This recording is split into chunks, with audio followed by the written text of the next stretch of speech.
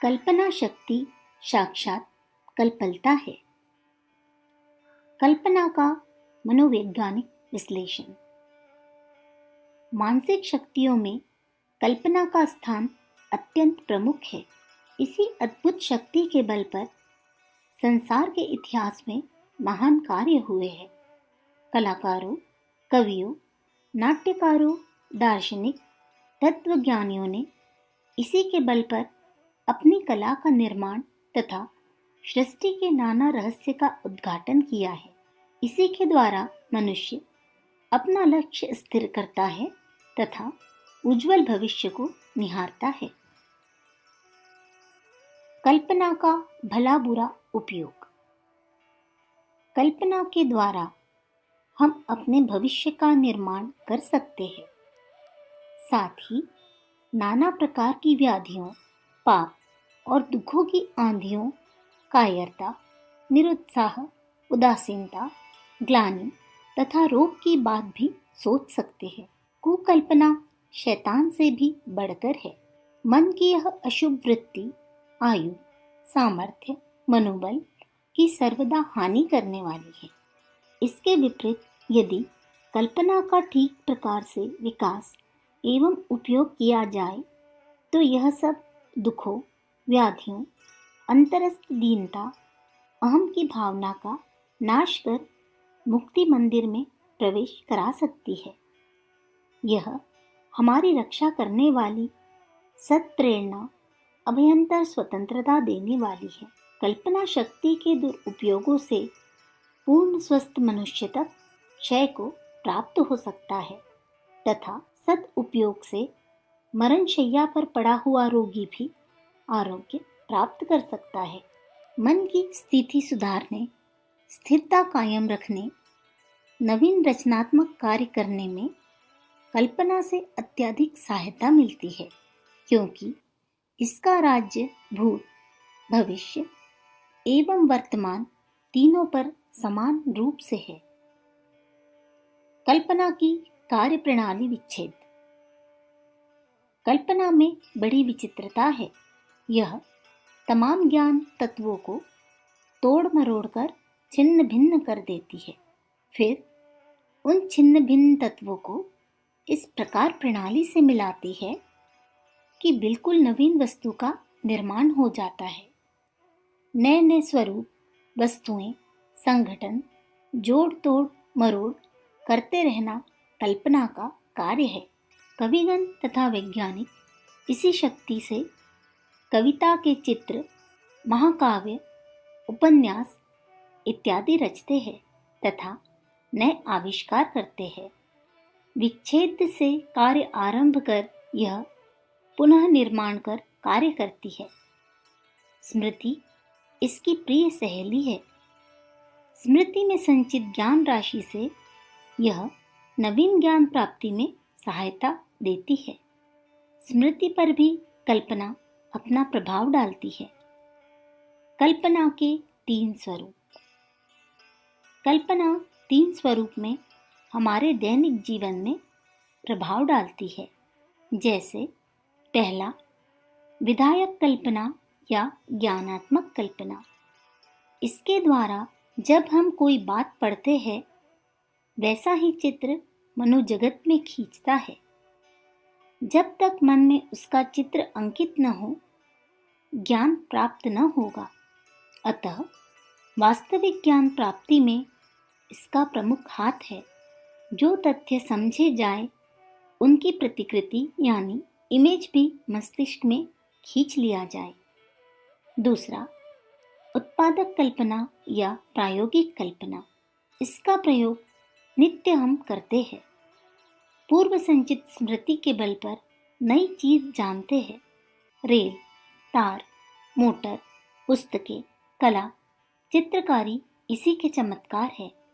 तीसरा, आदर्श या ललित कल्पना। इसके द्वारा हम सबसे उत्कृष्ट, अत्युत्तम आदर्श खड़े करते हैं। धर्म, ईश्वर, देवी देवता, स्वर्ग इत्यादि इसी कल्पना के उच्चतम शिखर है। भावों का प्रभाव कल्पना पर पड़ता है और मनोभाव के अनुसार ही आदर्श की सृष्टि होती है। मनुष्य के अंतर जगत में स्थित भलाई, सत्यता एवं सौंदर्य से हमारे आदर्श बनते हैं। सत्य, शिव एवं सुंदर का अति उच्च स्वरूप आदर्श है। शरीर पर कल्पना का प्रभाव। श्रीयुत कुंदन लाल ने प्रोफेसर बुएल के एक प्रयोग का वर्णन अपने ग्रंथ में इस प्रकार किया है। इससे प्रतीत होता है कि शरीर पर कल्पना का राज्य है। फ्रांस में एक दोषी को प्राणदंड मिला। कारागार में डॉक्टरों ने उसके नेत्रों पर पट्टी बांधकर उसे एक तख्ते पर लिटा दिया और कह दिया कि तुमको नसें काटकर मारा जाएगा। उसकी दोनों बाजुओं पर सुइयां चुभो दी गई, जिससे कि वह समझे कि नसें काट दी गई है, और बाजुओं पर गर्म पानी की धार इस प्रकार छोड़ी गई कि वह इस भ्रम में आ गया कि मेरी नसों में से गर्म रक्त निकला जा रहा है। फिर झूठ ही यह कहना प्रारंभ किया गया कि रक्त तो बहुत निकल गया, सारे में फैल रहा है, अब इतना निकला, अब इतना। कैदी ने कल्पना जगत में देखा कि वह लहूलुहान हो गया है और मरणासन्न है। कल्पना ने इतने भयंकर स्वरूप उसे दिखाए कि वह कैदी मृत्यु को प्राप्त हुआ। कल्पना को ठीक पथ में रखना अति आवश्यक है, क्योंकि कल्पना के विकृत स्वरूप से शक्ति का क्षय, असद विचार, मनोजनित रोग उत्पन्न होते हैं। असत कल्पना विचार, सामर्थ्य और संकल्प को कुंठित कर देती है। कल्पना संहारक भी है, अतः निरर्थक, व्यर्थ के प्रतिकूल विचारों को मनोमंदिर में स्थान देना अत्यंत बुरा है। मानव दृष्टि से केवल सर्वोत्तम चित्रों की ही सृष्टि कीजिए। कल्पना शक्ति की वृद्धि के नियम। जेम्स मार्शल साहब ने कल्पना के संवर्धन के लिए तथा उसकी उत्तरोत्तर ठीक दिशा में वृद्धि के लिए कई उपयोगी नियम इस प्रकार बताए हैं। इन्हें कार्य में परिणत करने से अत्यंत लाभ हो सकता है। पहला, विचारों की एक सुनिश्चित दशा बनाइए। उन्हें अपने आदर्श पर केंद्रीभूत कीजिए, व्यर्थ भटकने न दीजिए। दूसरा, कई भावनाओं का एक जगह मेल कराना सीखिए। परस्पर विरोधी बातों का कल्पना द्वारा सामंजस्य हो सकता है और मनुष्य उद्वेग, आंतरिक संघर्ष से बच सकता है। तीसरा, नोटबुक का प्रयोग कीजिए। उसमें अपने आदर्शों, चित्रों तथा मौलिक विचारों को लिख लीजिए। प्रतिदिन अंतःकरण में उठी हुई भावनाओं को लेखबद्ध कीजिए और उनकी सहायता से नौ चित्रों का निर्माण कीजिए। चौथा, विचारों को निश्चित स्थान पर पहुंचाकर ही छोड़िए। यह नहीं कि उन्हें उस दिशा में उन्मुख करते ही छोड़ दो। पांचवा, अपने आप का आत्मनिरीक्षण करने के पश्चात ही अपना जीवन क्रम निश्चित कीजिए। कल्पना शक्ति द्वारा यह मालूम कीजिए कि किस प्रकार के चित्र आपके दिमाग में अधिक स्पष्टतर उठते हैं। छठा, संसार में जो वस्तुएं विद्यमान हैं उनका दर्शन कीजिए। पुस्तक पढ़िए, लोगों के स्वभावों का अध्ययन कीजिए और अपने प्रत्यक्ष ज्ञान का एक विस्तृत खजाना तैयार कीजिए। जितना अधिक सामान आपके पास होगा, उतनी ही कल्पना नई प्रतिमाएं तैयार कर सकेगी। सातवां, आदर्श बनाइए, क्योंकि यही कल्पना का केंद्र बनेगा। महापुरुषों की जीवनियों, इतिहास के पुरुषों, लेखकों के चरित्रों में देखकर यह निश्चित कीजिए कि वास्तव में आप क्या बनना चाहते हैं।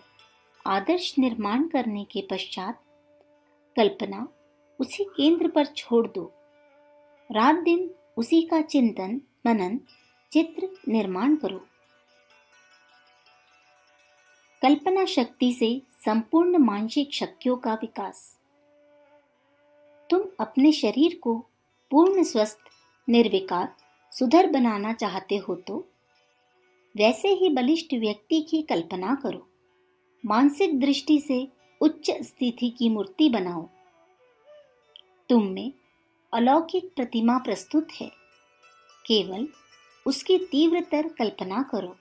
यदि तुम मानसिक शक्तियों का विकास चाहते हो तो उन मानसिक शक्तियों का पूर्ण विकास हुआ है, ऐसी भावना दृढ़ करो। सभी व्यक्तियों की उच्चारित उच्च स्थिति, उच्च वैभव, उच्चतम प्रतिमा के मानस चित्र रचना में कल्पना व्यय करो। अपने चित्रों को स्पष्ट, स्पष्टतर और स्पष्टतम बनाओ। उनके लिए यत्न करो, तत्पर रहो। इन आशापूर्ण तरंगों से ही सिद्धि मिलती है। ये महत्वाकांक्षाएं ही हमारी शक्ति की सूचक है। सत्य है, बड़ी प्रबल है। हमारी कार्य संपादक शक्ति के परिणाम की घोतक है। हम जिसकी चाह करते हैं, जो आदर्श हमने बनाया है, वह अवश्य हमारे सम्मुख प्रकट होगा। जिस दिन से हम आदर्श की प्राप्ति के लिए मन, वचन, काया से प्रयत्नवान होने की कल्पना करते हैं, उसी दिन से हम इच्छित पदार्थ से अपना संबंध जोड़ना प्रारंभ करते हैं। कल्पना जादू है। संगीत, साहित्य, चित्रकारी, आत्मज्ञान, शिल्प, मंत्र विद्या, लेखन या वकृत कला, जिस विषय की ओर तुम्हारी अभिरुचि हो, उसी के भव्य मानस चित्र निर्माण करो। कल्पना की तुलिका से उसमें रंग भरो और अंतःकरण से उसकी सिद्धि के लिए प्रयत्नवान हो जाओ। अभिलाषा तभी फलोत्पादक होती है जब वह दृढ़ निश्चय में परिणित कर दी जाती है। जो जो कल्पना शक्ति आदर्श के सूक्ष्म प्रदेशों में प्रवेश करती है, वैसे वैसे महत्ता जागृत होती है। कल्पना शक्ति जादू है। इसकी शक्ति बड़ी अद्भुत है। इसके द्वारा ही हम प्रति क्षण, प्रतिपल अपना भला बुरा भविष्य निर्माण कर रहे हैं। सुख प्राप्ति का मूल किसी बाह्य जगत की वस्तु में नहीं, प्रत्युत हमारी कल्पना में है। मन में जैसी कल्पना अंकित होती है, उसी प्रमाण में बाह्य जगत का अनुभव होता है।